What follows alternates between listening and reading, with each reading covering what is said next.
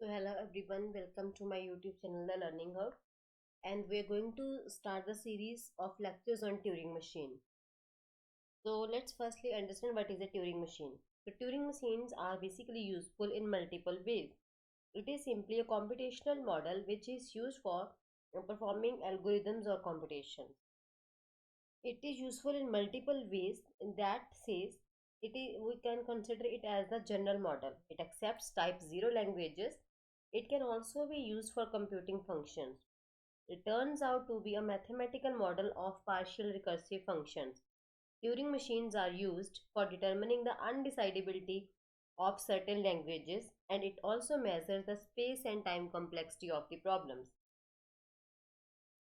So there are multiple topics of discussion in the further video lectures which are on Turing machines. So to understand the Turing machine, just have a look at this diagram, which is says that the Turing machine can be thought of as a finite control connected via a read-write head. It has one tape which is divided into number of cells. This represents the block diagram of the Turing machine model. Here we can see each cell, like represented over here, can store only one symbol. The any input to and the output from the finite state automation are affected by read write head, which can examine one cell at a time. In one move, the machine examines the present symbol under the read write head on the tape and the present state which is there for automation to determine. So we can see over here that a new symbol to be written on the tape in the cell is under the read write head. A motion of read write head along with the tape, either the head moves to the left direction or to the rightmost direction of the cell. The next state of the automation can be determined, and it also tells whether to halt the machine or not. So we consider Turing machine as a 7-tuple model which consists of the states q, sigma, tau, delta, q naught, b, and f. So here q is nothing else, it is just finite non-empty set. Finite set of states. And when we talk of this tau function, it is nothing else, this consists of all the tape symbols. As we can see from here, it consists of the input symbols of the string which are there in sigma. We know that sigma is finite set of input symbols, and tau consists of all these input symbols along with the new symbols that are to be written.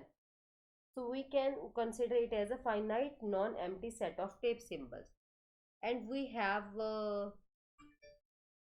transition function we will discuss on later. Here from here we can say sigma is a subset of tau, and q naught is the initial state, f is set of all the final states, b here is important, which represents a termination of a tape, termination of a string that decides that all the strings has been processed. It says b belongs to tau, which is a blank symbol.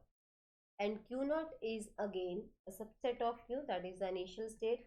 F is subset of q, which is a set of final states. So here we can consider two important terminologies, as the acceptability of a string is decided by the reachability from the initial state, that is q naught, to some final state, whatever is the final state. So the final states are also called the accepting states. These are the accepting states as well. And when we talk of transition function, it may not be defined for some elements which can be q into tau. So transition function is basically a mapping of the state q with some input symbol q onto the set that says a new state y and d, where d denotes the direction of the movement of the read write head, which will be either left or the right one. D is, we can say, consisting of two values, either L or R, that is left or right, as the movement of the symbol. So it represents the movement in the case, and we determines the ID of a particular thing. The next state can be determined in this particular string. So we can also denote transition function like, so we can say transition is q, providing some toe symbol. It will give new state along with the toe in and left and right value to be moved on. Turing machine allows the read-write head to be movement in both directions. That's why it is considered as very much powerful. Now, if we look at this diagram, the current symbol is Q2, and suppose the stage is Q3 over here. So Q3 becomes the current state which is pointing towards X2, and the symbols over here are in the string are known as the leftmost symbol, and these are the rightmost symbols. So from here we can say to X2 the leftmost is X1 and the rightmost are Q2, and Q2 is written 2 times. B is just a black symbol that represents a termination of the string, that the step has been completed, and it is not, it consists of non-blank symbols along with a blank for the termination.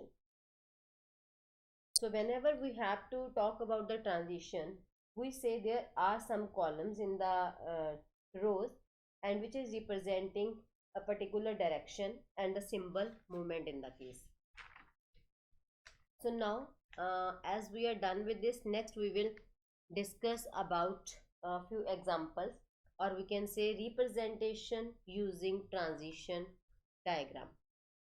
So we consider a transition diagram which will give a particular input symbol, and along with that it provides a movement. So I hope the understanding of Turing machine is clear. In the next video we will do the example of for acceptance of string, which can also be done with the help of representation using a transition diagram, in which we will be given a transition diagram and we have to check whether a string is accepted or not. So thanks for watching this video, and for example let's go to the next video.